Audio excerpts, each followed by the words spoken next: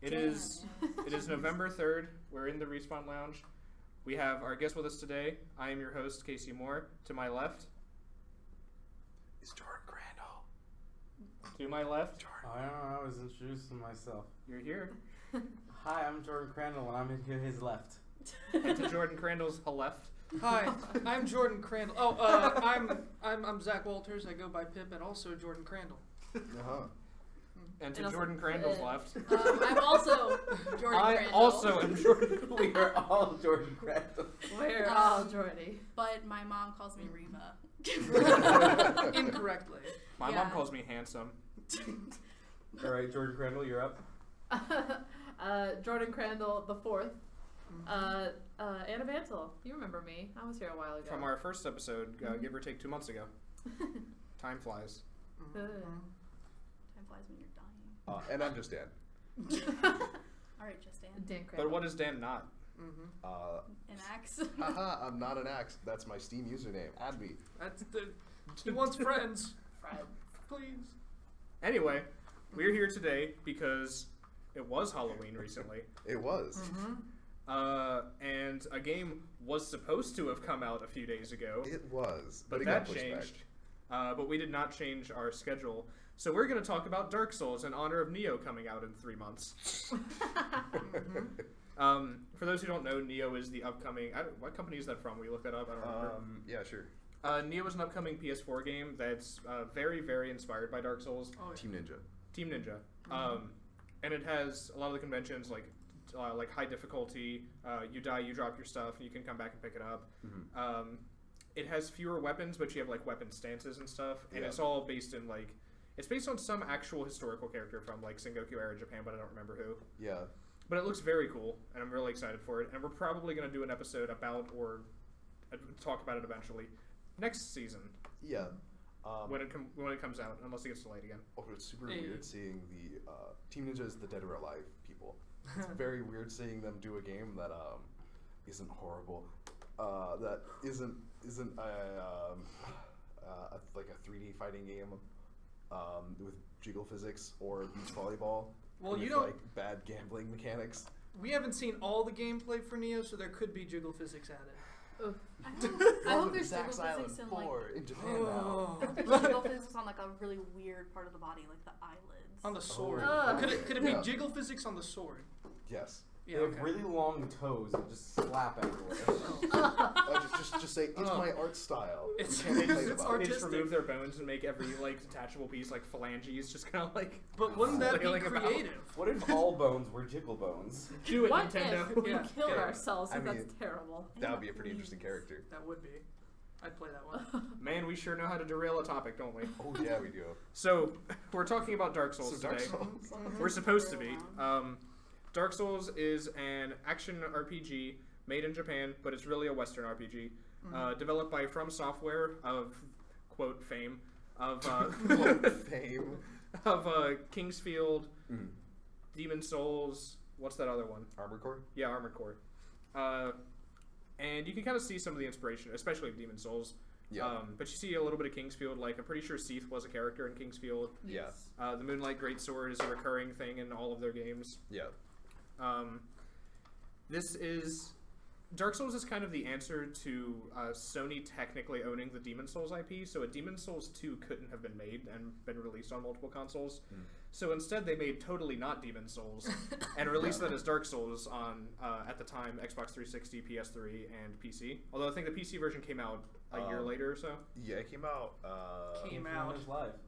Working, quote unquote. Yeah, it came out on Games for Windows Live. I think it was a while later. I think it was maybe like a year and a half. Yeah, it came out side by side with the DLC, didn't it? Yeah, it came out. So actually, if you bought the PC version, you were able to get the DLC before the DLC was released because the PC version only came prepackaged with the DLC. It originally came out in September of 2011, and the internet doesn't want me to find out when it released on Steam, so I'll bring up my Steam. But it's very notorious. It's designed from the philosophy of like games should be like hard but fair, which their definition of fair is up for debate sometimes. I mean, I think in my opinion, there's very few parts of Dark Souls that are. I actually think more unfair. often than not it is. Yeah, I think there's a unfair. solution Yeah. for pretty There's much a every solution problem. for pretty much But everything. sometimes bugs just float through the geometry and are impossible to That's hit. just like in real life. Yeah, It's the same. yeah. There's Sometimes some, it's not fair. There's sometimes where you get your foot stuck on a pixel and something kills you. There's sometimes when you're going down an elevator 6 times in a row, and every time you click through the floor, you instantly die. Mhm. Yeah. Well, okay. To be fair, that's an issue with the on PC. You The for completely a while had balanced to run device. Dark Souls fix made by our Lord and Savior Durante, and that allowed it to be around at 60 frames per second. But there is one particular ladder in Dark Souls that breaks at 60 frames per second, and if you slide down it instead of like climbing down it, you will slide directly through the floor. Yep. No, Dan, I was talking about every single time I went down one of those elevators, I would just click through the floor. That's because it's Oh, Jordan, yeah. though. I'm not sure why you had that issue. I've literally never seen that Yeah. issue. I on also anyone had that else's issue ever. where if I sat at a bonfire, my game would just freeze forever. Yeah. There's Obviously there's the bonfire also wasn't an hot issue enough. with the there's also an issue with the PC version where if you enter and exit a bonfire within like half a second, you finish the animation of sitting at the bonfire, but then have lost the menu to exit the bonfire, so you just are like There's stuck sitting no there. escape. And that's how you go hollow. I mean, like You've reached hardcore mode. it doesn't. Also, it was released on Steam in August of 2012, so 11 months later. Okay, cool. Really, it was less than a year. And it was actually released when DS Fix came out. Yeah, Which was the same well, day. actually, DS Fix was released, I think, 2 hours before Dark Souls came out. Okay. Yeah, Durante got the files from like pre-downloading the game, Right. and then fixed it before it came out. That's beautiful. Good. Couldn't save everyone, though. He saved everybody he could. Yeah. Anyway. Dark Souls PC port was an interesting experience. It runs very well now, but that's like a few years on. Mm-hmm. Yep. So what are our Well, actually, who here has actually played and beaten Dark Souls 1? I have played. Should Dark we Souls raise 1. our hands? Yeah, we should Yeah. probably state this. Dan, Anna, Pip. What? You're Zach. We didn't call you Pip yet. Yeah. Zach, Jordan, and myself. Everybody but Reba. Yeah. So we've all at least beaten the first game. How many of us have beaten it more than once? Yes, multiple Yes. times. Me. So everyone but Jordan. Actually, I haven't beaten it more than once, but I have played Really? like 4 different playthroughs that I didn't finish. Okay, okay. So I'm still like really familiar with it. Yeah. Mm-hmm. Cool. So I guess in like 2 minutes or less, describe what you like about Dark Souls to me, Dan. So I played Dark Souls knowing absolutely nothing about it. I had like no help or anything. My first run through Dark Souls 1 took me over 100 hours. Man. Yeah. Yeah, aren't you glad you had me helping you out? Yeah. So I really enjoyed, honestly, just being completely lost and having no idea what I was doing. I thought it was really fun. And that's something that I think is kind of lost in video games now. Is like there are just like too many games, and like people's time is too valuable for them to like really want to spend that like just being lost and wandering. Like nobody really wants to do that anymore. Yeah. And I think Dark Souls like kind of revived that for a lot of people. Yeah. Hey, don't remember, Pokemon Go had those kinds of features, but that's only because no one knew what the fuck they were doing at any given point. Yeah. I love being lost in this mobile. Anyway. The problem is being lost in Pokemon Go is being lost in real life, and then you get eaten by wolves. Yeah. What happens? No, then you get adopted by the wolves. And then you found Rome. So Anna, your favorite parts? So I got introduced to it by Dan Mhm. because he had been playing it, and I was like, "Ooh, what's this?" Oh. All right, as soon as we go on break, you're out of here. But Oh God, I'm telling Luke. I had played it on his account for like 10 minutes, got pissed off, didn't want to touch it again, and then I got really, really deep into the lore. That's what made me like Dark Souls, was like the overwhelming amount of lore that is absolutely nowhere until you look for it. So I just ran around the game. I have like a 200-hour playthrough just trying to find all the items so I could get all the lore. Zach? Oh, Zach, that's you me. go?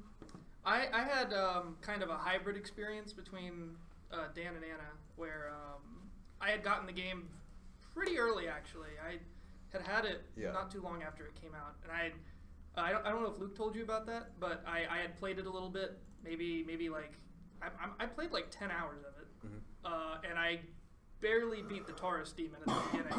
Yeah. And I kind of had dropped it because I was like, I have no hope.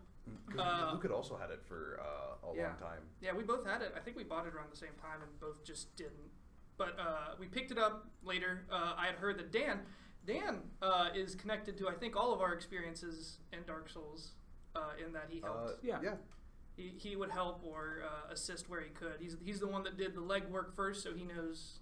He knew the. He suffered so that we could enjoy our lives. Yeah. So he helped me get through with the new build after I had heard that he had helped Luke with similar situation. Yeah. And that got me addicted, and I really enjoyed it. Definitely a game that I've really kind of 180'd on since I had originally had it. So I think that kind of forms a good memory for me. Cool. And Jordan, care to contribute? I got nagged into it for 3 years. Yeah, I know what that's like. It was a group collab. Jordy was the last one in. He actually completed it recently, I think, didn't you? Yeah. Over the summer. But you didn't like it so much, you kind of just did it so people would leave you alone. Yeah. Yeah, I know what that's like. Check. So my experience is similar to Zach's. I actually vehemently despised this game after I first played it. I remember. I saw close to no value in it. I thought it was a despicable, horrible game.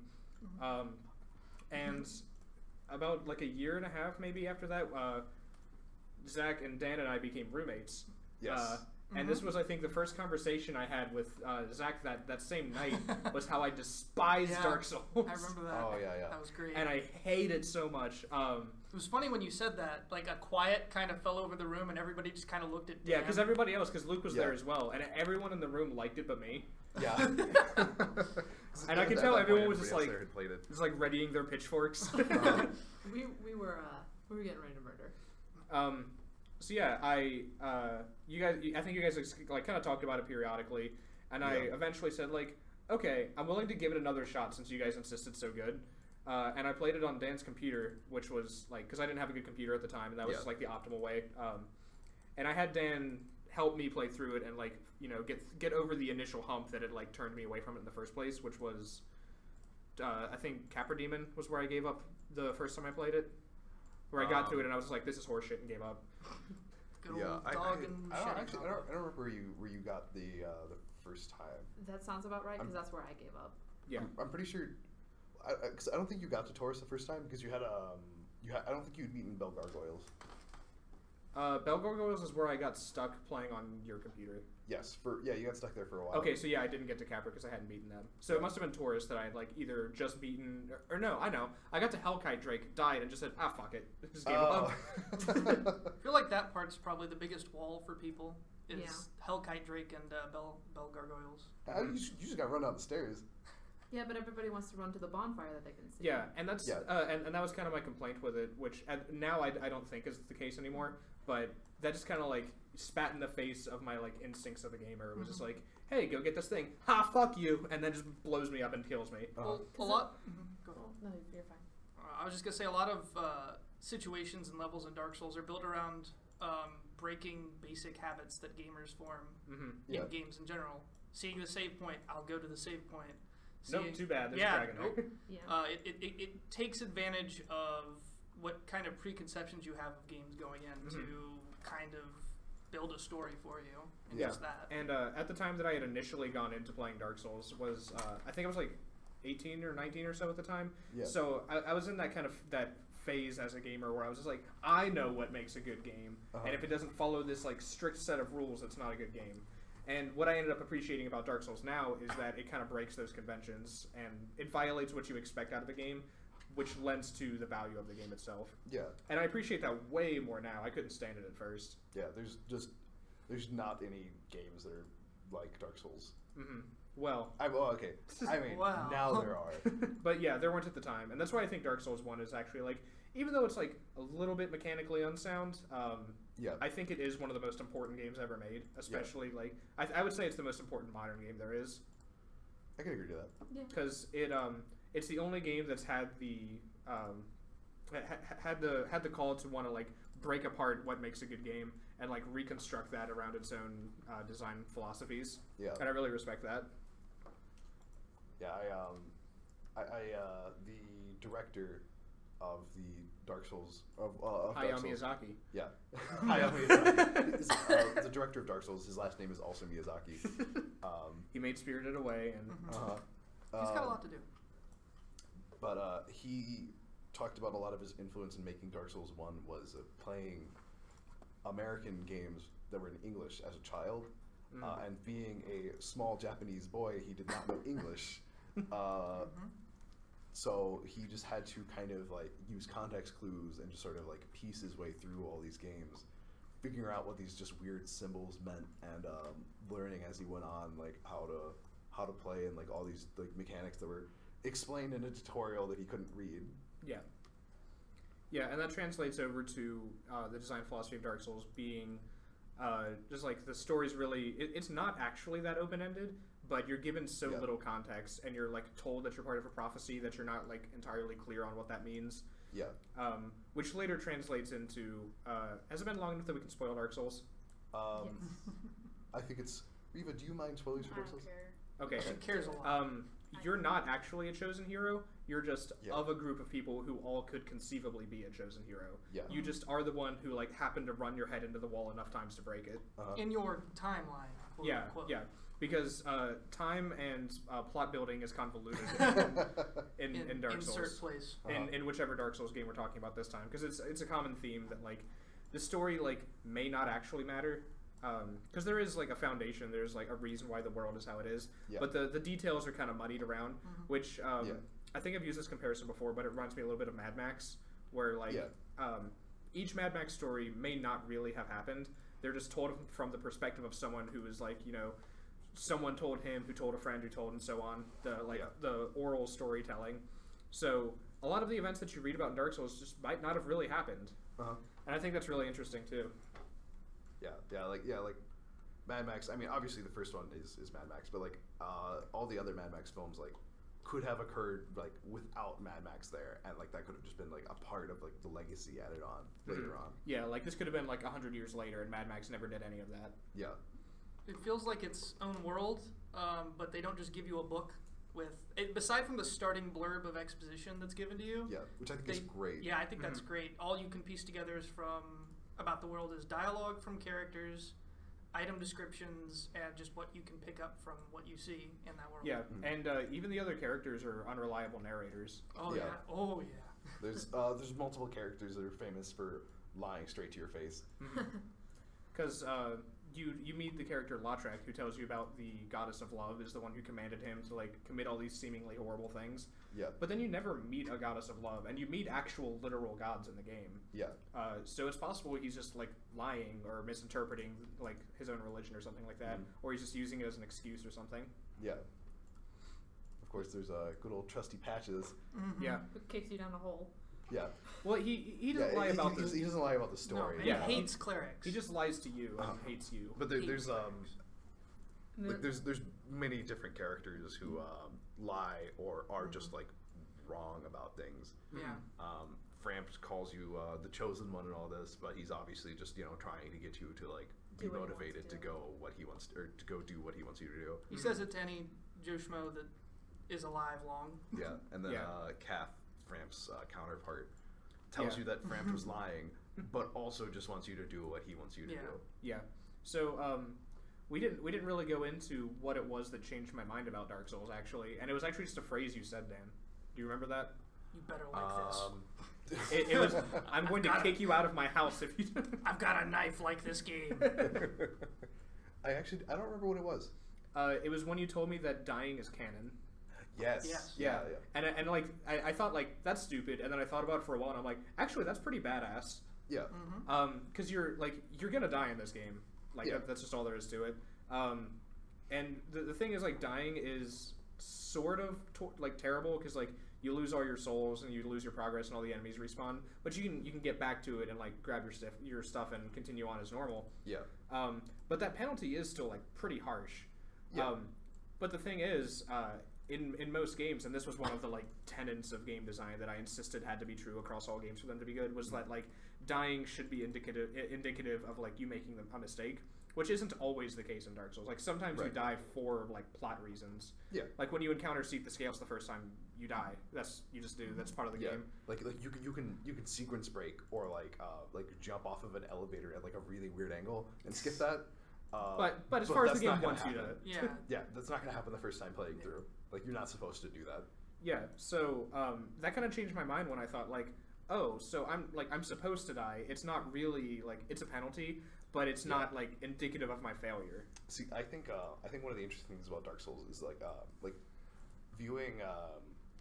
I think like reframing dying in my mind for Dark Souls was like what really helped me get through it, because you actually lose less progress in Dark Souls when dying than you do in any other game when dying. Because it doesn't take you back to the start menu. You don't reload a save. No, in Dark Souls, you gain souls when you kill enemies. You can use to level up or buy items. And instead of like losing that and going back to where you were, you drop all the ones that you're carrying, but you can pick them back up. So if you just keep forcing your way through, you're still getting all of the souls continually that you would be getting. And any item that you pick up along your way, like like maybe you like run past a bunch of dangerous enemies and they get like a really cool sword and then just get destroyed, you still get that really cool sword. Yeah, and that puts you in a lot of situations where it may actually be to your benefit to just like sprint past a dragon who's definitely going to kill you, grab the shield really quick, and then just accept that you're going to die. Yeah. Because I've done that, like even in Demon Souls I would do that a few times. Like there's a cool shield you can get early on, but if you grab it you die, but you still keep the shield. Yeah. So like as long as you don't burn out all your souls doing that, you still get it and it's really worth your while. And there are a few cases like that in Dark Souls 1 as well, where I think in the DLC where Calamite is, there's some items down there. Yes. You're gonna get slaughtered if you go get them, but you still can. Yeah. Like, yeah. So when you reframe dying to be like, it can almost be like to your benefit sometimes. Like there are a few cases where like it may be advantageous to skip a bonfire. I'm talking about Ash Lake. Yeah. If you want to go to the bottom of Ash Lake, which is like a one-way and then like gigantic pain in the ass to come back out of, to get this Dragon Covenant to join, so you can like turn into a dragon, which is pretty cool. So you can have a dragon head. Yeah, and breathe fire and stuff. But the problem is the trek back out of there is like horrible and obnoxious. But you can just kill yourself, and then you'll respawn at a later bonfire that's closer to where you want to get after that. Yeah. And that's really useful early on, and it's really interesting because that's like, in any other game, that would be like, oh, I found this exploit, or I found this like cheating way to do this. But in Dark Souls, it's like, no, killing yourself is a game mechanic. Yeah. Like, there's a dedicated item that you always keep no matter what. Oh yeah. That's just a kill yourself button. Yeah, I remember when I was playing at one point, I kind of like snarkily said like, I'm surprised there's not a kill yourself button, and he's like, well, actually there is. There's an actual one. Thank you, Dirksen. Yeah. Because like I mean, if you just sometimes if you just want to die, you can just use that and like get out of whatever situation you're in. Yeah. There's Homeward Bones, which is don't die but do the same thing. There's Homeward Bones, which is like a usable item that just returns you with your souls, so without dying, to the last bonfire you rested at. But, Probably the preferable. kind of drawback to that is it's consumed. It's preferable. The item that kills you, which is called the Dark Sign, because that's your like undead curse. You keep forever, obviously. Yeah. You wish you could get rid of it. But like in certain situations, like there's enemies that can like curse you, which like permanently reduces your health by half until you remove the curse. So like when I was first playing, I got into a situation where I knew like I cannot kill this enemy fast enough. I will get cursed if I fight it. So I just killed myself. And then I was safely out of that area and could just like run around it. Yeah. And you take a penalty of losing some souls, but like unless you just killed a boss or something, like it's usually not that big of a deal. No. I think like through my first playthrough of Dark Souls, because you can beat the game at any level, but like the recommended level is probably like 60 or 70 or so. Yeah, I would say so. And I still beat it at like 70 despite like dying every other corner I turned. Yeah, because the game's hard. The game knows that you will like fail a lot going through it, especially your first time. Yeah, but it's built and balanced around the idea that that's going to happen. Yeah, and even bosses, like you said, which drop like large amounts of souls, also drop Homeward Bones every time they die. So if you're just not confident that you can continue forward, just don't. Yeah. Just go level up, get way stronger, Yeah. use all your new stuff And- to just like go obliterate the area and then not have to fight the boss and you can go on. Yeah, and in some ways, like Dark Souls is even like kind of generous in that regard too. Like, Yeah. For example, the consumable item Humanity lets you return to like human state so that you can like be invaded, summon other players, get invaded by NPCs and things like that. Yeah. Also dramatically boosts your curse resistance and your chance of finding cool items. Yeah. So that's an item that you just like can eat at any given time, but it also restores you to full health. Yeah. But when you die, you lose your humanity state. Yeah. If you had what they call liquid humanity, which is like reserve, like you consume one permanently to become a human, but you can like put more in your stock, and you get some from dropping enemies, and you get some from just like eating more of that item if you want to, and for helping to beat bosses. And when you go to pick your souls back up, you will get all that liquid humanity back, and you can turn back human. There's a humanity state and a humanity score, essentially. Yeah. So if you're just like afraid of invasions, just don't be human. Yeah. So and something people talk about a lot with Dark Souls is the idea of having an easy mode or like difficulty settings in general. But like Dark Souls is very specifically built around being the exact difficulty it is. Yeah. And anything less would kind of infringe on the creative integrity of the game. Reeve and I actually had to talk about this earlier. Yeah. Where like, so I think that Dark Souls is actually like very accessible if you have any friend to help you out or like any guide to like help you or anything like that. Like if you're somebody who just like for whatever reason, this is the example I gave earlier, just like can't do a lot of like hand motions at one time. Playing as like a mage is actually really good for that because that's more about like that's a much more like slow plotting kind of character where you just try and like trick enemies into coming at you and then shoot lasers at them and they blow up. Yeah, which is pretty cool. And you kind of lose the necessity of having to like block and be near the enemies, and you just like completely play the game outside of the danger zone, basically. Yeah. And you run around and you just like fire off lasers until they're dead. And you can always tell when somebody's usually an intelligence player when you invade them. You can always, if they're not, because they don't roll. They just back up. But I think Dark Souls is a test of willpower, more so than because it was a test I failed. Initially, but I think that you don't start with all the skill you need, or you shouldn't. So as you play through the game and keep on getting hit with all these obstacles, it's kind of a fight or flight from the game itself mentality, where you kind of adapt and kind of understand the controls better, figure out rolling and invincibility frames and you become as a human being, like you personally become more familiar with the game and its mechanics at roughly the same pace that your like avatar and your character level up and become more powerful and wield stronger weapons. Because actually the stats don't change how fast you hit or how I mean it does change how hard you hit, but there's minimum thresholds to use things. The stats are more of an actual kind of mental boost to yourself, feeling better than a lot of times. Leveling up your stats and leveling up your weapon is less a measure in making the game more simple for you, and more of a measure of just like kind of like a catharsis of like, oh, now I'm hitting higher, but like every number you hit harder is like another number you have to hit the enemy to kill it anyway. So that's more just like keeping pace with the enemies. The true indicator of you progressing through the game is simply you getting better at it. And there are a few exceptions, like everyone, like a lot of people know the joke about Giant Dad, where you just like use one specifically busted set of equipment. You use one specifically good weapon and busted set of equipment to just like swing your sword forever and kill them. But that won't work on every single enemy. That'll work on almost every player. And most weapons won't do that. And also that takes like a lot of foresight and a lot of understanding the game in the first place to really take true advantage of that. Like you have to be able to like get through a difficult area to get like a small chance to get a certain item, and also get like far enough in the game to equip these other items and stuff. And it's just not going to happen the first time you play. No. You should be like a messy, horrible build your first run. You should not. Your character should look like a complete joke in whatever armor it is that you scavenged off of corpses. And then by your 5th run, you're naked with your fist out. When you're me, by your 5th attempt at the game, you're running around with nothing but the great Nippon folded steel, and you're just whapping away at enemies. And you are the Ashen One. You can also make really silly characters. I like how when you do just like You change like make similar character. You make the range that can be as high as it'll go, and you just become a horrible monster after you click it 10 times. Yes. Exclusively, and originally it was just co-op builds, but now just every build I make sure to make my person a monstrosity and make sure to make some facial feature completely incorrect, and that's the only word I could use for it. Yeah. And remove the nose. Yes. And at the same time, in some games, you can make like unbelievably handsome characters, like I do. Yeah. Like when I just made like this gorgeous like 39-year-old rugged man in Dark Souls 2, and he was just flamboyantly amazing, like bright red clothes. Or you can make another person like in Bloodborne that I made, who was a mixture of very bright colors. Yeah. Or Don made the Blue Beetle. Yes. Yeah.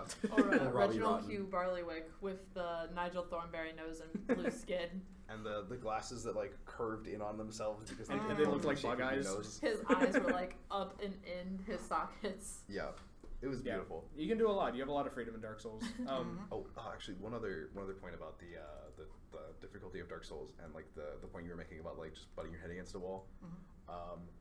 You can there is an upper limit on leveling, but you will realistically never hit it. Yeah. Because the max level is what, like 690 or something like that? Yeah, I'm pretty sure it's 576. Which you don't need to reach ever. Like New Game Plus I've hit like level like 180. Yeah. Because it you do get diminishing returns on your stats. So like the difference between 10 and 11 strength is as equal to the difference between like 51 and 60 strength. But my point with that is that you can farm enemies forever and continue leveling up forever and just like continue making your character stronger to the point where however good at the game you are able to like beat it and continue progressing. So yeah, you can theoretically grind through this game. It's gonna take a really long time. It'll take a long time, and you're like really obviously you're not supposed to do that. And I, as like probably like an average to slightly above average game player, I never felt the necessity to grind. Like there was never a point where I had to grind for more than like maybe a few minutes just to like, oh shit, I need another 200 souls to level my sword up one time. Like it was very rarely like a conscious effort to go like, oh, I have to be a higher level for this. That was never the case.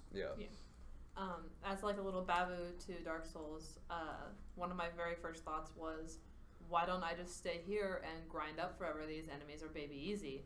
And I very quickly found out you can't. Because they drop like 5 souls and you need maybe like 5 million to get to the next level.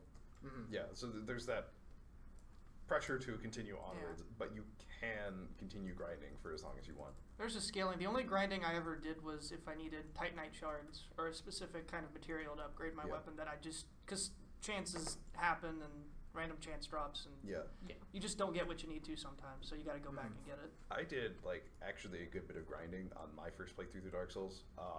Mostly because I had literally no idea what I was doing. I spent way too long in the depths dealing with the slimes, just because they're a very good source for shards. Titanite. Yes. Yeah. It's good. There's definitely an element of management you have to kind of. It's not as bad as it looks initially because there's just a lot of salting your face when you open a menu, but. It's really not too horribly complex in terms of upgrading weapons and managing. Yeah, and it is like From Software wasn't really like a big name developer before this game. No. Like Demon Souls hit like a niche audience pretty well. Dark Souls hit like kind of surprising popularity.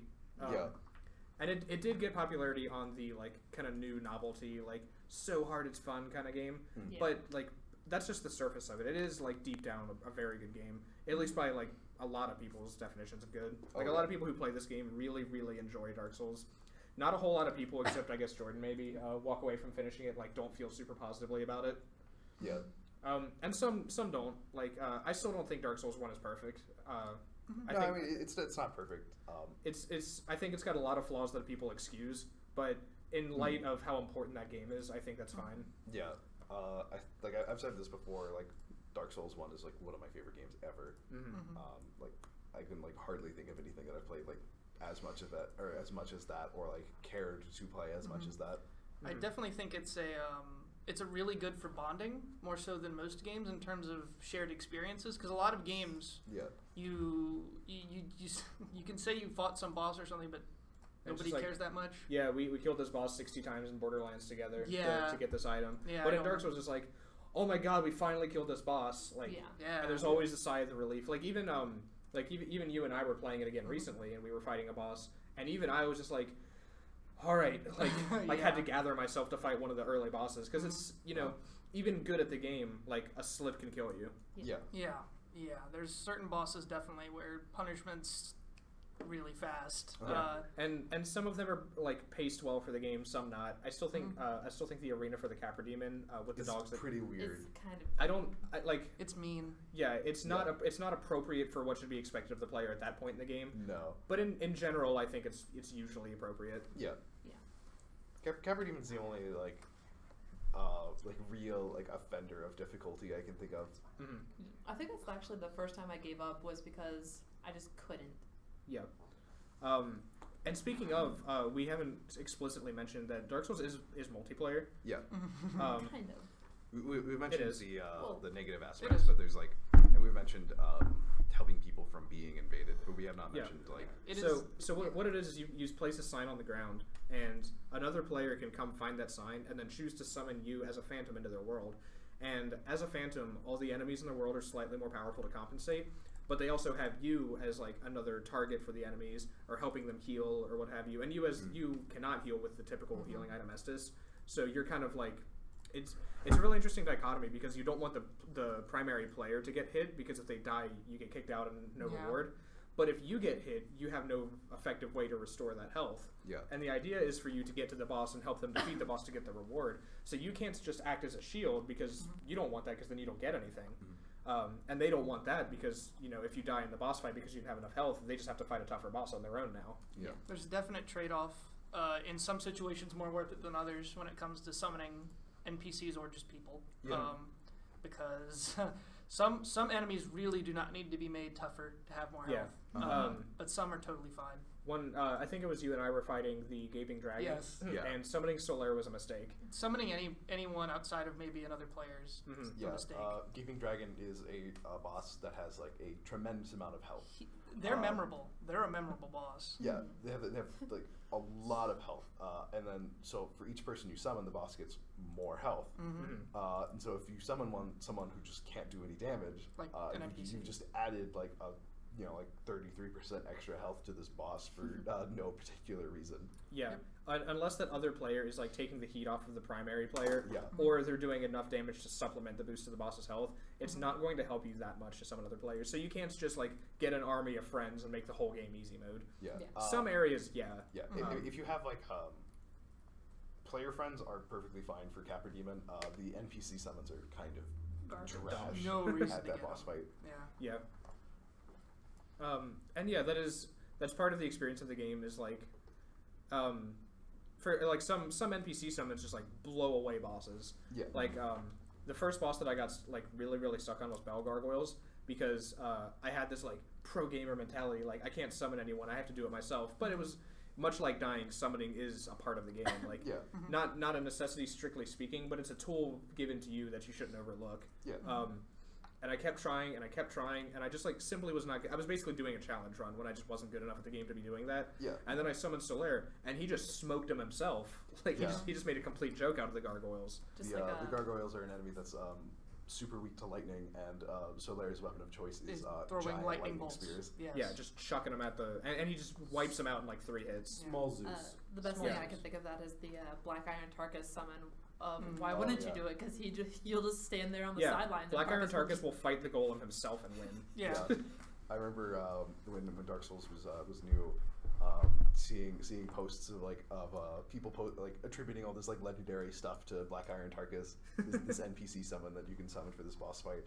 A guy had disguised himself as a statue and summoned Black Iron Tarkus, and Black Iron Tarkus had destroyed 4 player invaders while he had gone to go get lunch. Yep. Yeah. Which brings up a really good point. I think there's a pretty unique mechanic in Dark Souls, kind of tied to the co-op, which is the invasions. Because when I originally played it, it was simultaneously the most terrifying and the most exhilarating part.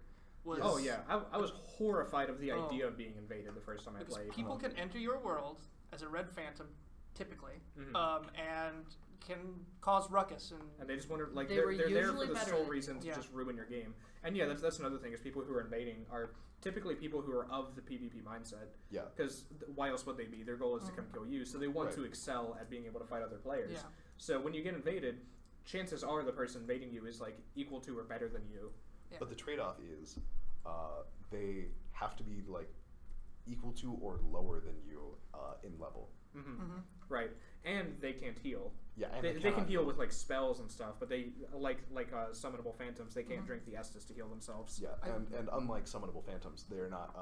Summonable phantoms get like an AOE heal when you use your Estus if you're like the world host. Yeah, I think it's a smart invaders probably actually have the advantage just in terms of preparation because a normal player going through a level isn't typically on edge for an invasion, but the invader has set up their items. They know exactly what they're going to do. They know their strategy. Because the player is fighting the environment and the monsters. The invader is fighting the player. Yeah. Monsters don't interact. The only thing that can hurt the invader besides the player themselves is stage hazards, quote unquote hazards, like general. Fires and cliffs boulders and Sense Fires, Fortress, boulders, gravity.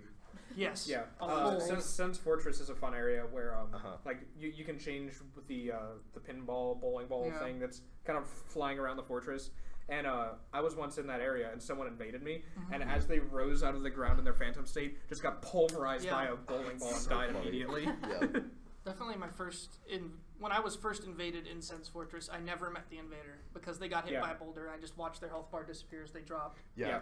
Oh, that's very satisfying. Is that if an NPC invader or a player invader is like killed, even if you can't see them, you do get to see their health bar from wherever they are just deplete down to zero, and then like it says Phantom banished or whatever. Yeah, like Phantom has been Dark defeated. Phantom Weed Dawn 49 has been banished. Yeah, and you get a decent amount of souls from that. Definitely not enough to make you say, yes, I should grind by trying to get invaded, because it's not enough. But you do get some degree of a reward, and in later games, which we are focusing on Dark Souls 1, in later games you'll get like refills to your Estus, or you'll, in Dark Souls 1 I think actually you get their liquid humanity.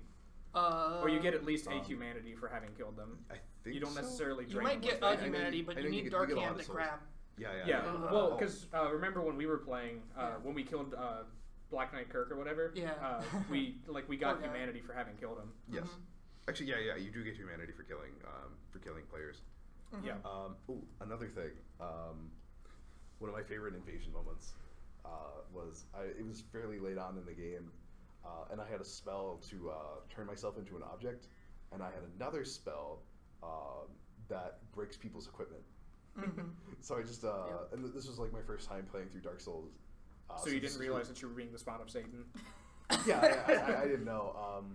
But like this was still like early on in the Dark Souls days, and the guy just rounds a corner and just sees an extra statue, and then the statue just like shoots a bunch of acid on him, and like all of his equipment breaks, and he just gives up and goes home. People that haven't used Chameleon yet, that play Dark Souls, are really missing out on the fun you can have with that. Yeah. I'm really disappointed. I only got invaded once in Dark Souls, and I got smoked in 3 seconds. That's right. Yeah, I was there for that. I had tried to join into your world, and you just got murdered. I love the trend in not 1 but 3 where you just dress up in the NPC's armor and you just sit there on the ground. No, that's in all of them. The ones I see though are in 3 the most. That's because 3 is popular right now. But there were originally a lot of videos about 2 where because that was the first game where you got a lot of NPC armor.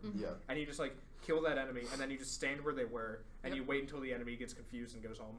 And another thing I like is that since you are playing with like real people, you do get a pretty big variety of possible invaders and summonable characters. Like I've summoned people who like the first time I played the game, I was like too nervous to like progress, so I would have them like take point, but they would realize that and they'd be like, "No, you do it. This is your game.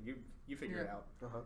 And I've had other characters who come in and they're just naked with a gigantic sword, and they're just like, "Yeah!" and they just run through and kill everything for me.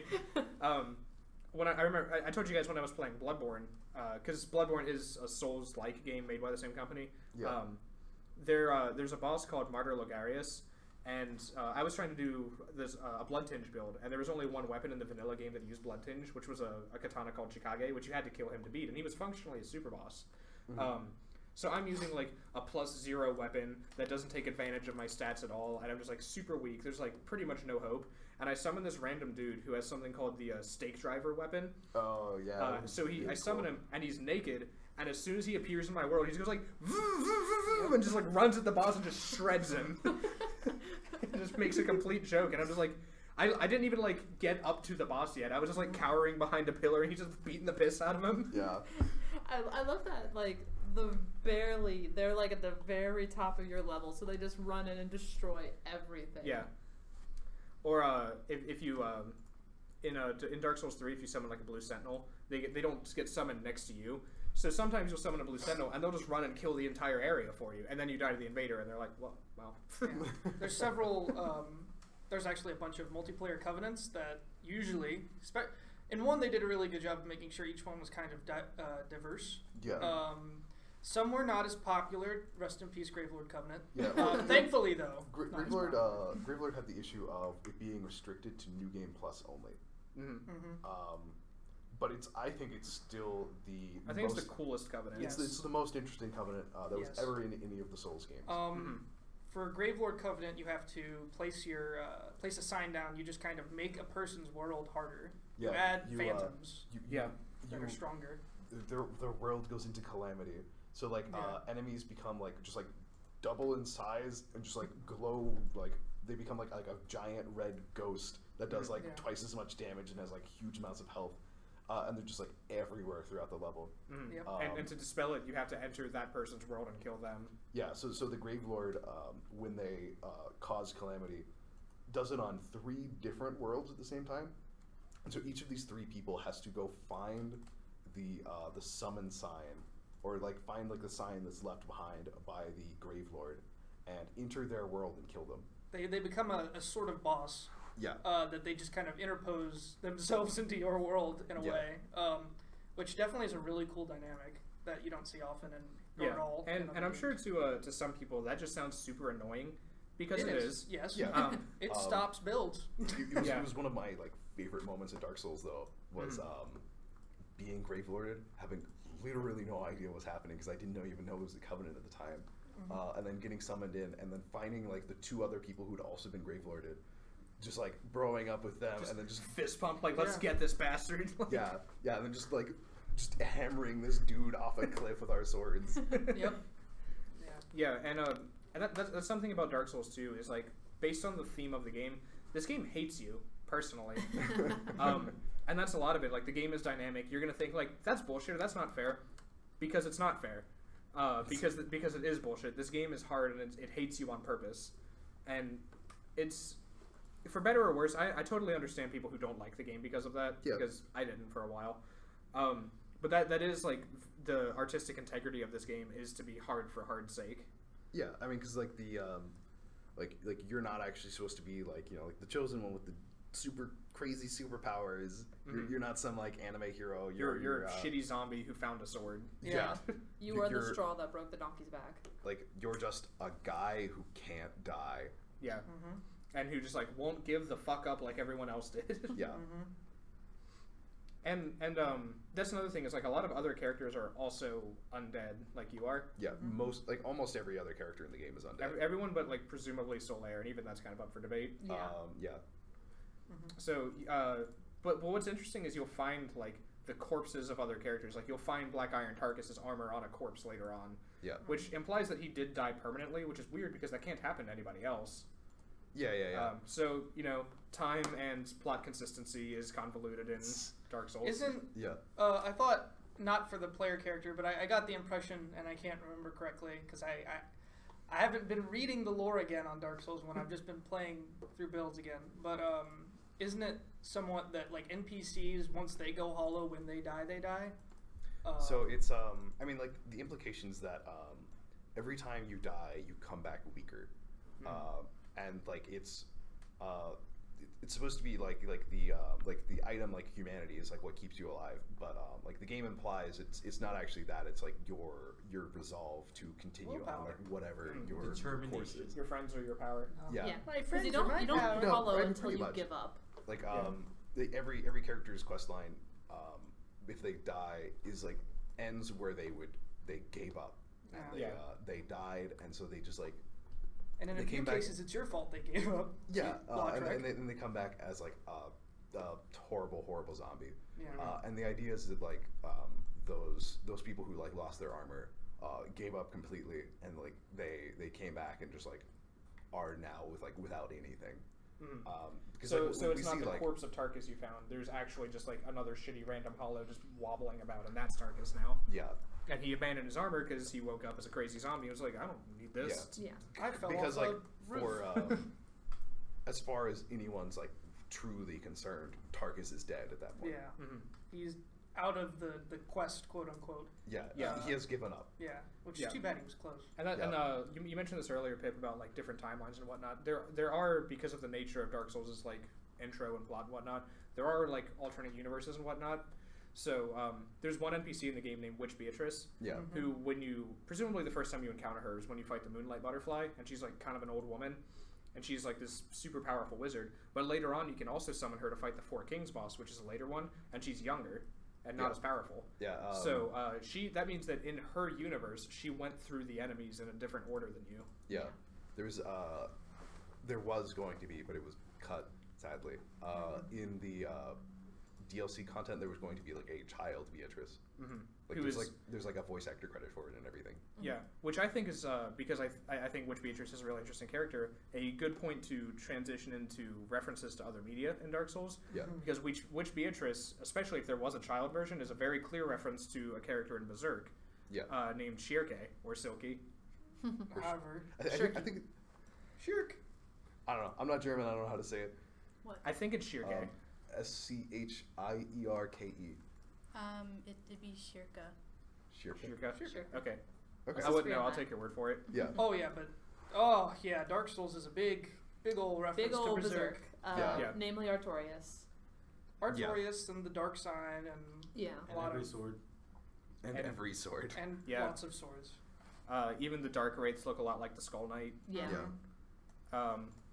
The Taurus demon is Zod. Yeah. There's the red eye orb that looks like the Bayonet. Yeah. Yeah. The great sword, the weapon called Great Sword, is the Dragon Slayer. Yeah. Berserk. Berserk, by the way, the Great Sword in 3 just literally his sword? Yeah. I think the great sword. It's like the size is slightly off, but it's pretty much. And exactly that. I think even more accurate to that is in Dark Souls 2, the Crypt Black Sword is the Dragon Slayer, like Yeah. a 1-to-1 scale of it. But yeah, Berserk's a manga adapted into several different. It's visual just a medias. manga. None of the other media matters. Yeah, The movies are it's good. been adapted into an anime twice, and then a series of movies, and it's had a few video games, Yeah. and there's a new one coming up pretty soon. But it's definitely worth mentioning just because it's very, very, very, very tied to Dark Souls in terms of inspiration. And Yeah. influence. So Berserk is a manga by Kentaro Miura, which stars a character named Guts, who I don't want to spoil it, so I'll be hyper vague. At some points, everything gets somehow worse, and He goes berserk. and Guts goes through like this world hunting demons, trying to like get revenge and so forth. And he doesn't have any superpowers, but he did get branded. So like now demons are attracted to him and try to kill him constantly. So he has to like find magicians to like stop that from happening, and then he also has to like fight big demons, and he has to like basically kill like the gods of this new world so that he can get revenge. Yeah. And his power is just being strong as fuck. And having a big sword. And he's got a big ass sword. And willpower. And his hand is an exploding crossbow. Oh yeah. Yeah. You get some neat He has gadgets. a nice little Yeah. auto-mail arm. Yeah, and he so every time he meets a new like unimportant character in the manga, they're like, "Ha, you can't really swing that sword," and then he cuts him in half immediately. Yeah. Yeah, it's pretty great. And it's just like, yeah, he's just in this like broken, desolate world, and you see like the church is becoming like a superpower, and then like falls apart, and like all these characters come and go, and people kind of die at the author's whimsy. But yeah, So and just like a lot of the gadgets and a lot of the characters have parallels in Dark Souls. Like Artorias, like Anna mentioned, is a man whose arm was crippled and fights just, like specifically with great swords. Yeah. And also wears wolf armor like Guts does. Very reminiscent of it. And was also he's called the Abyss Walker, which means he went into the abyss like no one else should have and was able to walk out alive, much like Guts did. Yeah. Presumably. Yeah. Well, yeah. That the idea, the lore behind Artorias is that he did that. And then you also have Witch Beatrice as a child would be a parallel to Shirke. Yeah. In Bloodborne, you have the hunter's attire with like the tricorn hats and the coats and whatnot is very reminiscent of the character Locus with his he can't see. I think his eyes are just gone or he's blind or something, which is a prominent theme in Bloodborne is to have your eyes ripped out. Yeah. So it's just all over the place. Mm-hmm. Yeah. There's each of the Souls games has some references to Dark Souls. Dark Souls 1 especially has a lot of just to Berserk. Yeah, a lot of references to Berserk. Mm-hmm. I think even the crossbow, what's it called? I think it's called the Arbalist. Arbalist is the big one. What's Avalon? Yeah, Avalon. That's Avalon is totally just Guts' crossbow hand. Yeah, because it shoots 3 crossbows in rapid succession. So if you put the exploding bolts on and you use the greatsword, you're just Guts. I'm intimately aware of how Avalon works, thanks to other people showing me through invasions. Here, let me show you. Stand still. Yeah. Yeah. When I didn't know what those did, I sure was confused as to why all my health disappeared and I was off a cliff. Yeah. Berserk has significantly more rape horses than what? than Dark Souls does. Jordy has not read. He's not Berserk. wrong though. All right. Yeah. We can just leave that at that. Yeah, we'll talk about Berserk on another episode because there's a Berserk game coming out next year. Yes. So we'll get around to that. What other references are there in Dark Souls? There's actually a lot. Yeah. I can't think of anything. If you can't think of anything, JoJo. Yes. Yeah, they're reference to JoJo's Bizarre Adventure. The character Black Iron Tarkus is a reference to Black Iron Tarkus from the part 1 of JoJo's Bizarre Adventure. Yep. Mm-hmm. I completely forgot about that. Yeah. Mm-hmm. Yeah. There's something else. Fist of the North Star. Fist of the North Star. Probably. By extension. Yeah, probably. I don't know. I can't really think of anything like that. The Demon's Fist weapon does kind of reminisce about Hammond. Star Platinum's aura move, because your attack is just punching super fast. Yeah. Which is in other stuff, but it's really iconic to JoJo. Yeah. And it also kind of looks like Star Platinum's fist. The character from Dark Souls 3, the Nameless King, looks a lot like Star Platinum. Yeah. Oh yeah.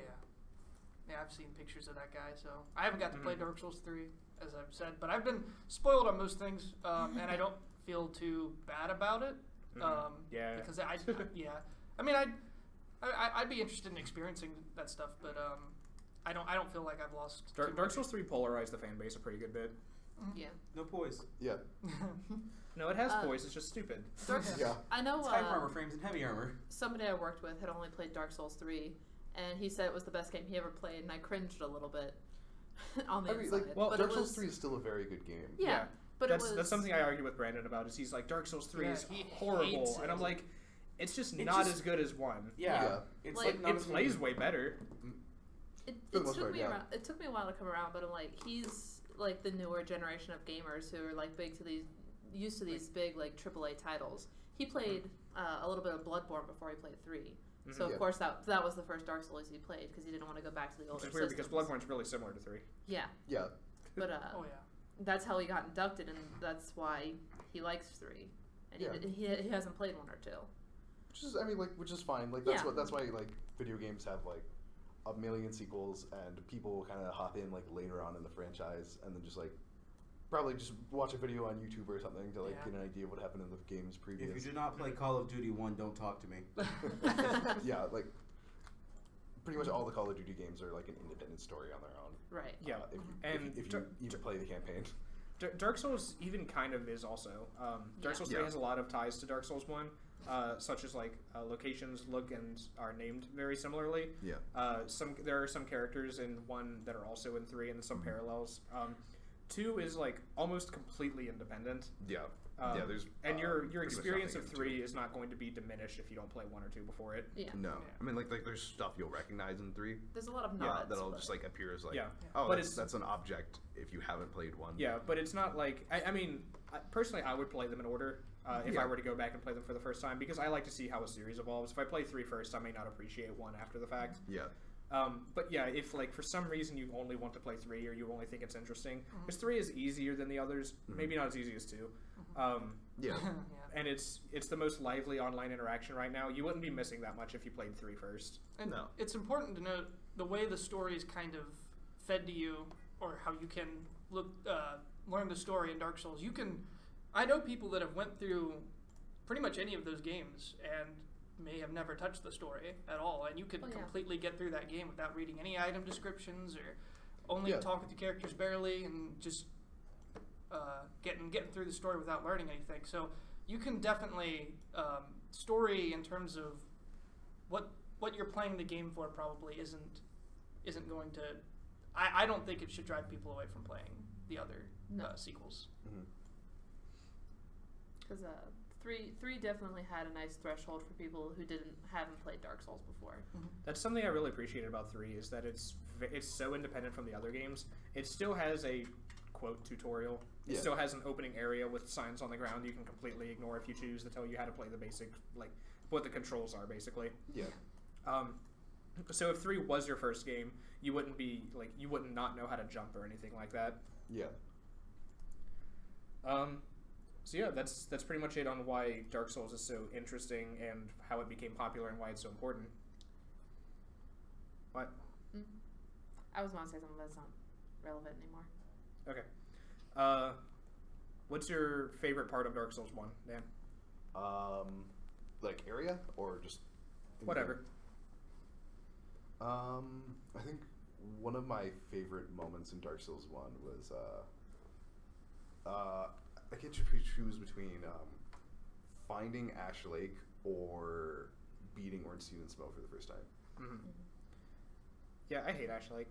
I love Ash Lake. I think it's really cool. I think it's the worst part of the game. It is so easy to miss too. It's easy to miss. It's not that important, but I think that also lends to why it's so interesting. Yeah, because it's hidden behind like two invisible walls. Yeah, and it's like in an area that you don't have a whole lot of reason to go to. Yeah. Also, there's not that much there, so it doesn't impede your progress of the game or anything if you completely overlook it. Yeah. But that makes it kind of interesting. Like, what did I find? The answer is nothing, but it still kind of feels cool. Well, I mean, like finding the Dragon Covenant, I thought was like really cool, and I thought just like the visual of Ash Lake was really interesting. Did you know hydras can fly? Yeah, I thought that was great. Yeah, finding it for the first time was like just like a really cool moment for me because I just didn't expect it. And obviously, like I said, beating Ornstein and Smough is like a pretty big turning point in the game. For people who don't know, Ornstein and Smough is like arguably the most difficult boss in the game. For a lot of first-time players, definitely. Yeah.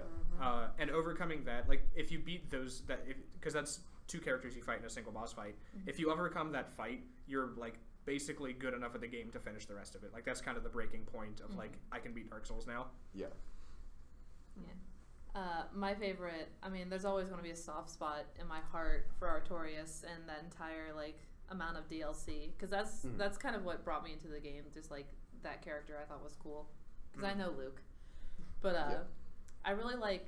There's like PvP and you can fight each other, but there's also kind of silly moments in it.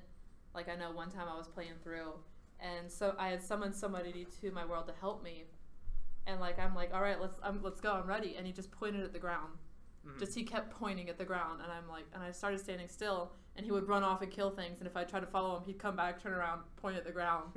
Like it's just kind of like that interaction. You can't say anything to anybody you're with, gesture, and just like the kind of interaction you have with that is really unique, I think, because there's not. Because you can do gestures, like you can wave, or you can point, or you can praise the sun, do a dance, or whatever. Yeah. And you just have to kind of like poke around at each other until you understand what each other means by that. Yeah.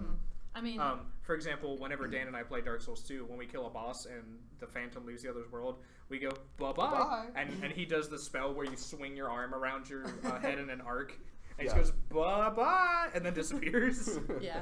I mean, the DLC added the, did it add the carvings, or were they already there? The carvings were in the DLC, yeah. Yeah. But there's like very few things that you can say, but you have to drop a carving, and it's impossible to understand them in the first place, because it's just like, because it was made by a giant, and he doesn't know what he's. I think like the explanation of it is, it passes through the holes in the wood in a certain way that it sounds like something. Yeah, it sounds like some sort of complete nonsense explanation. Yeah, it works. It works. But like it's hard to understand, and like everything's vague, but you can still have like those human interactions, and it's really funny when they happen too. Yeah. And Dark Souls 2 has the best gestures. Yes, by far. Bloodborne's the searching for Make signal. contact. The make like a An right L. angle with your arms, and then after 30 seconds, you just slowly turn them to the other side. Yeah. I think like there was a video passing around for 3 where people were like dunking their head in the wax. Oh, Yeah, yeah. yeah, yeah. It was really just somebody's butt. Yeah, there was a glitch in Vanilla 3 where if you bent over, like did the crouch gesture with a certain robe, you would just see like your bare ass, like. Yep. And there's a scene where you can dunk your head in wax to avoid a curse, and the guy was crouched down, so it just looked like people were shoving their heads up his ass I thought that was and like, pulling it out, and just had candle wax all over. And people were They get invading the that world. Oh, it's- And they were lining up, and then like you dump your head, and then you get back in line, and someone would get in line, and they all pull out these gigantic hammers and just look at him, and then he runs And they away. backed up and they just continue what they're doing. And then the guy runs up and does it anyway, and they all like pull out these chimes and cast the strongest fate spell and just blow him to smithereens. Oh, he That's a video by Iron Pineapple if you want to look Yeah. that He up. makes some great. really funny videos. Yeah. Yeah, like just I've seen people like use the Maddock, the pickaxe weapon, and just like hammer Yeah. away at a wall and like drop prism stones like they're mining. Yeah. And there'll be another character with a whip just like smacking them Yeah. around. My favorite And people was enter that world, and then the guys with the pickaxes will turn and try and kill him and run away. my favorite was the rumored fashion police, who Oh, way yeah, back in yeah. Dark Souls 1 would invade you and not attack you, not do a single thing. He'd look at you, you'd see his head go up and down, and then he'd either clap or he'd just turn around and he'd drop clothes on the ground. So like he would just give you armor so you would look better. Yeah, Yeah. that happened in 3 as well, which was actually better in 3 because you couldn't upgrade your armor. So he wouldn't give you like +0 armor, and you're like, whatever, and just throw it away. Yeah. Yeah, like the interactions are like hugely varied in Dark Souls, Yeah. and they're just a bunch of memers, to be honest. lot of them. They're all jokesters. We actually made our own builds, which was Ornstein and Artorias from Yeah. 1 and 3, and we would just sit there on the ground. And just wait for people and then just blow them up. And either they would attack us and we'd kill them, or they'd sit and they'd join us, just toasting in the middle of a swamp. I remember getting invaded, and a guy, the guy like came up and hit me once, but then noticed I was having like a really bad time. Like there was like a lot of enemies around me, so he just backed off, like threw some like pretty strong items on the ground, and then just like abandoned and like left the world. Yeah, when Pip and I were playing recently, we got to Blighttown, which is kind of notoriously one of the tougher areas. Yeah. And I was playing a build that like doesn't really start to shine until later, and I was clearly struggling as I worked my way down the scaffolding. And he invades, and he's geared out in the giant dad set, and he comes up and he does the like, well, what is it? Like walk towards you gesture, and I just like put my shield up. I was just like, it's not moving, and he looks at me for a second, and he like takes his sword off and punches me, and I just back up. I'm like, no, Don't get away. and he's just like, cool man, and he just leaves. All right. I'm not doing this today. Well, because I guess he saw it and he was like, this dude's having enough trouble as it is. I'll just leave. And I'll do that too. Like when I played Dark Souls 3, I would invade people, but I would invade as the neutral covenant that can fight invaders and the phantoms and stuff. And if they were like nice to me or whatever, I'd just leave them alone and I'd go kill shit for them. Yeah. So yeah, there are a lot of different interactions. Another one is passively when you interact with people. You'll see them either running through the world or at bonfires, and you can just like see other people in other games at the same place you are. Yeah. Whenever I see somebody just like standing at a bonfire in Dark Souls 3, I'll come up and I'll just like crouch and look at their ass. But hopefully they can see you too. And then sometimes they turn around and I just like stand up and stare them straight in the face. What's your favorite Dark Souls moment, Pip? I think we've touched upon a lot of what makes specific moments great for me. Ornstein Smo, I think, definitely is a big one. I think a lot of the multiplayer interactions are definitely experiences that I wouldn't want to lose. A lot of the invasions, I think, specifically when you're not completely overpowered, they're really fun. One comes to memory. I can't remember if it was the same guy that invaded UKC, but we got invaded by the same guy. It was the same guy, yeah.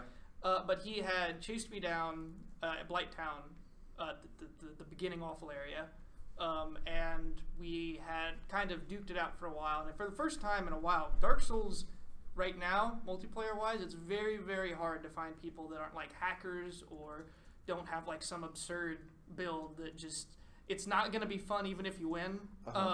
So it's really nice to have experiences where you play against people that are just trying for like an actual PvP experience. Yeah. And that's what that guy was doing.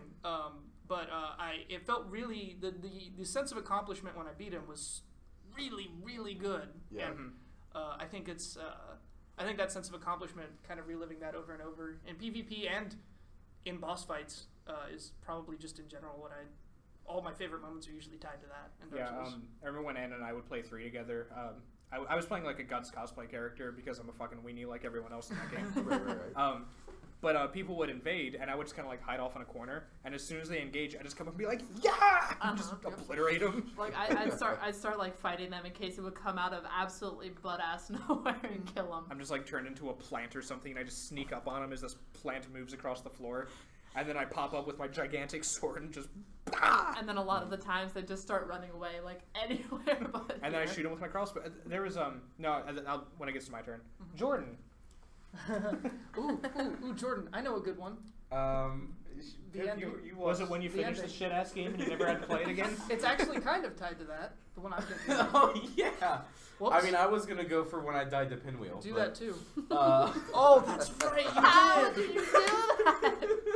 Pinwheel being the notoriously easiest boss in the Souls franchise. To the point of Stephen Gunnar had released a video of Pinwheel's theme that just ends in like 30 seconds because and you just hear Pinwheel die and it's silent and you just hear somebody running around on books and stuff and like looking around for stuff and like breaking tables.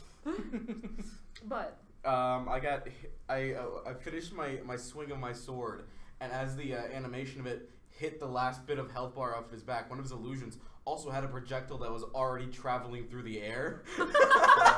Yeah, Jordan went in with not much health, and I think probably no Estus. Yeah. Yeah. So it was an understandable situation, definitely.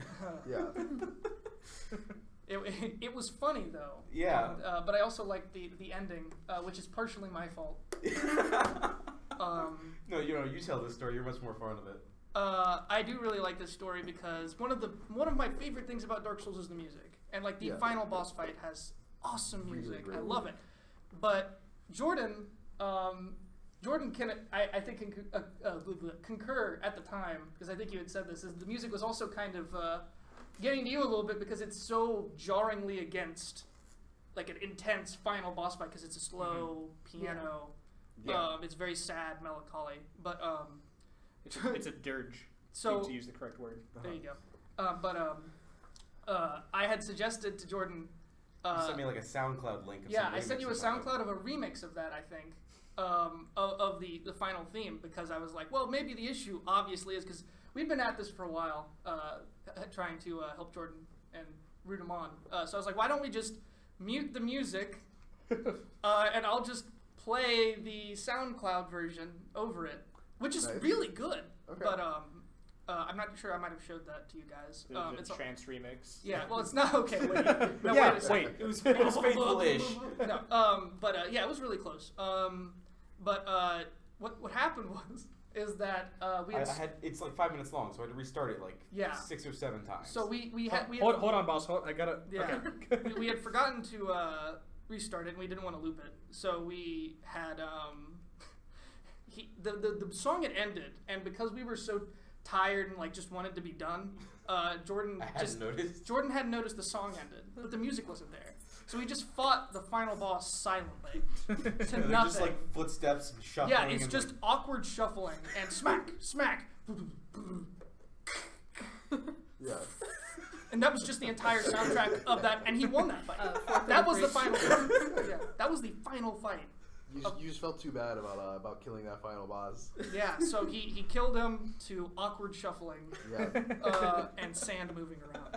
The newest interpretation of 433. Yeah, but no, it was a really good moment because that's the one you won.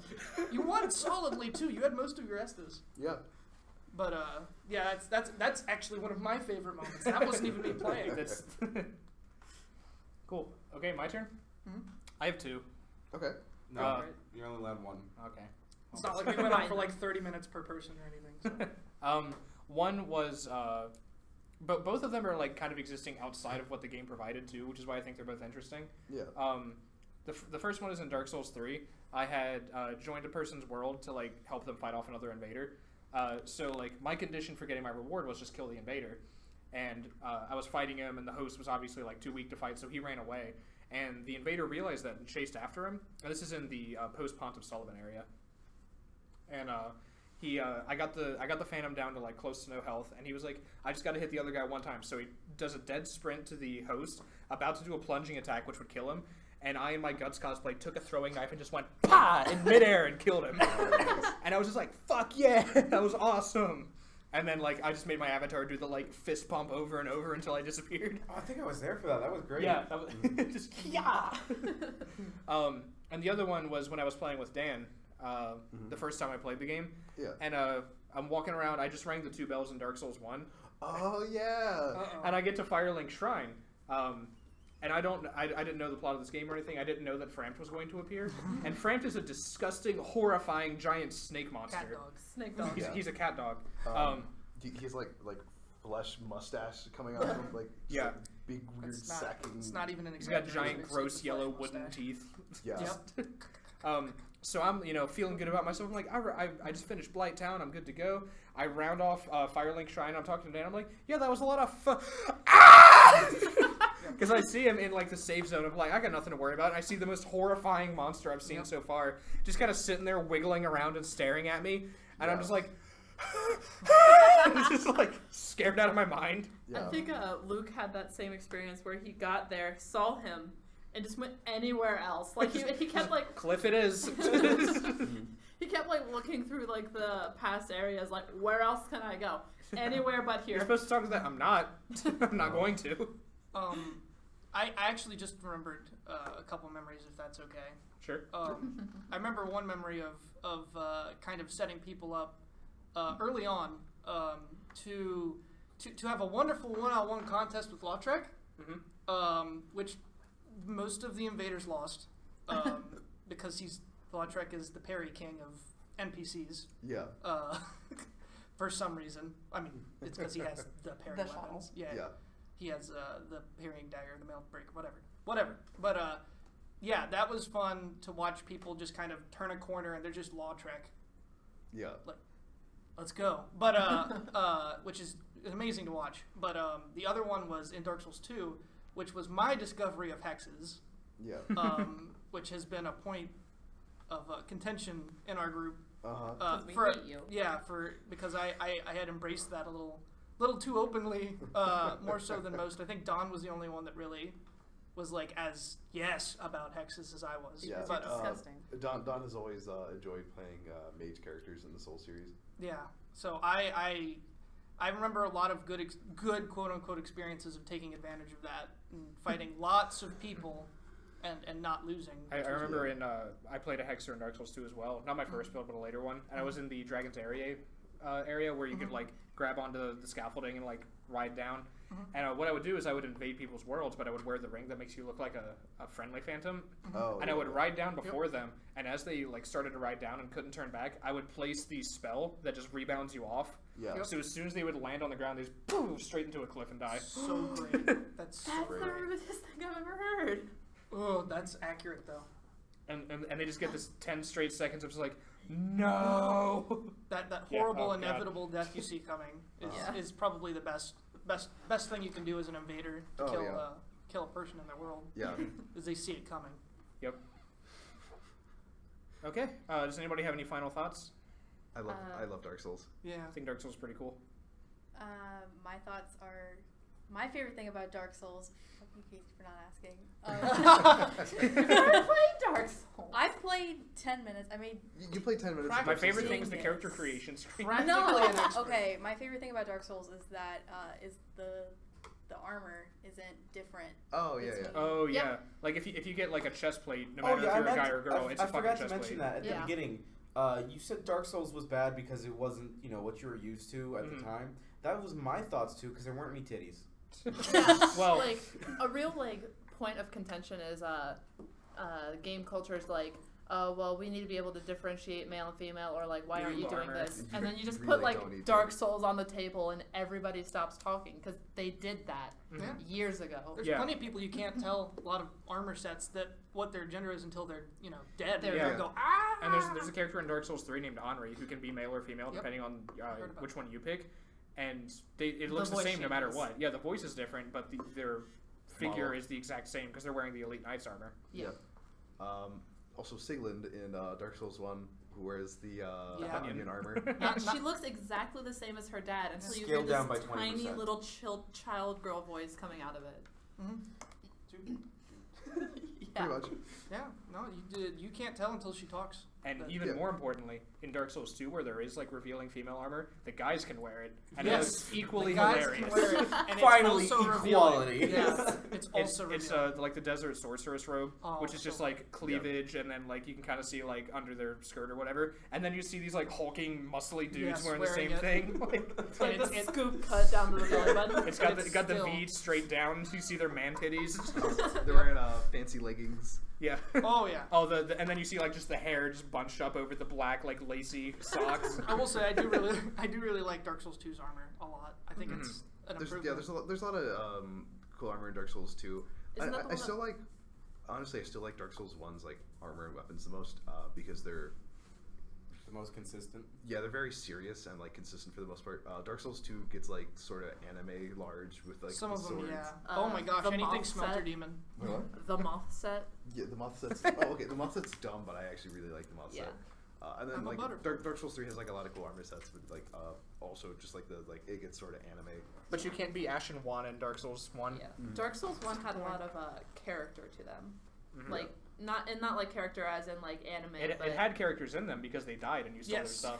because you will meet characters that wear most of those armor sets, especially the most memorable ones. They I think- had characters in them. Especially if you accidentally kill Slayer. Oh, Yeah. that's right. Yeah. There was a plot where he was.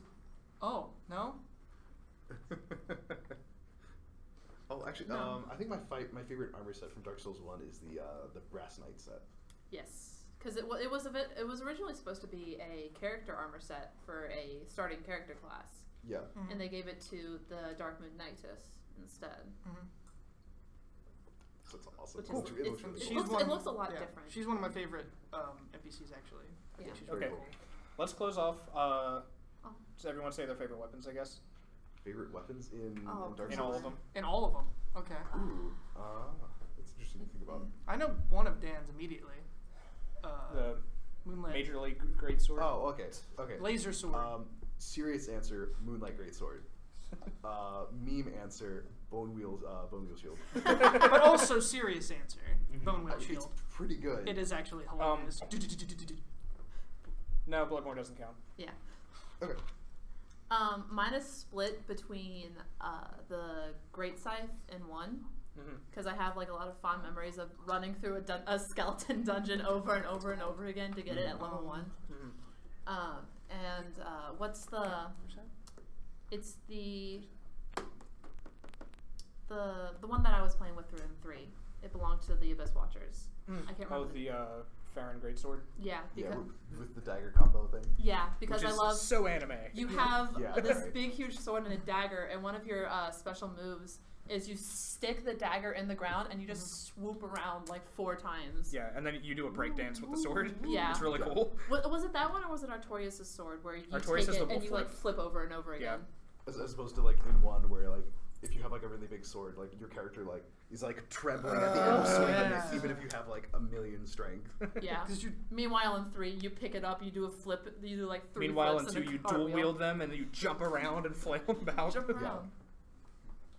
Reba, do you have a favorite Yeah, weapon? yeah. My favorite weapon It's a is slingshot. is that the shield with my mama's peach cobbler recipe.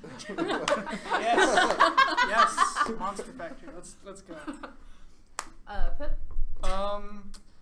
There's a couple answers. Oh, I thought she was making fun of me putting my mouth here. But no. I really liked. In 2, I like how absurdly convenient Sunset Staff is. Yeah.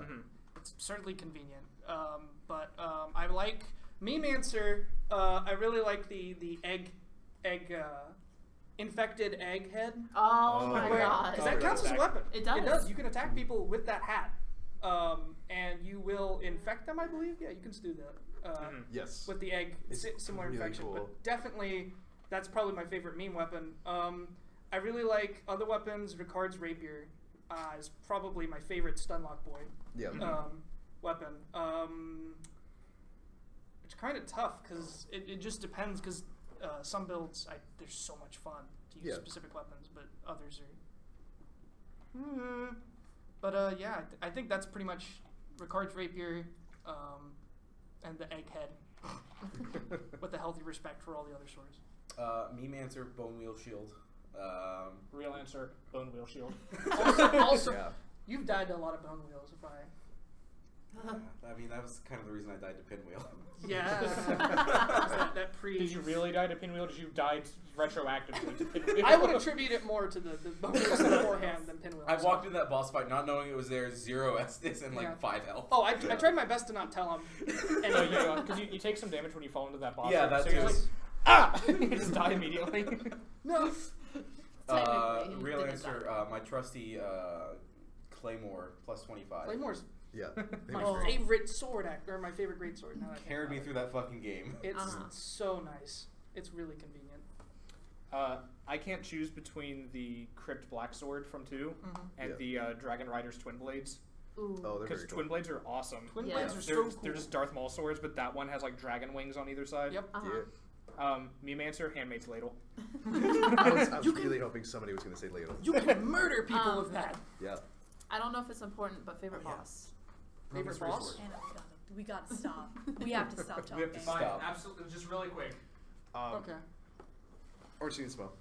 Dancer. You don't have one.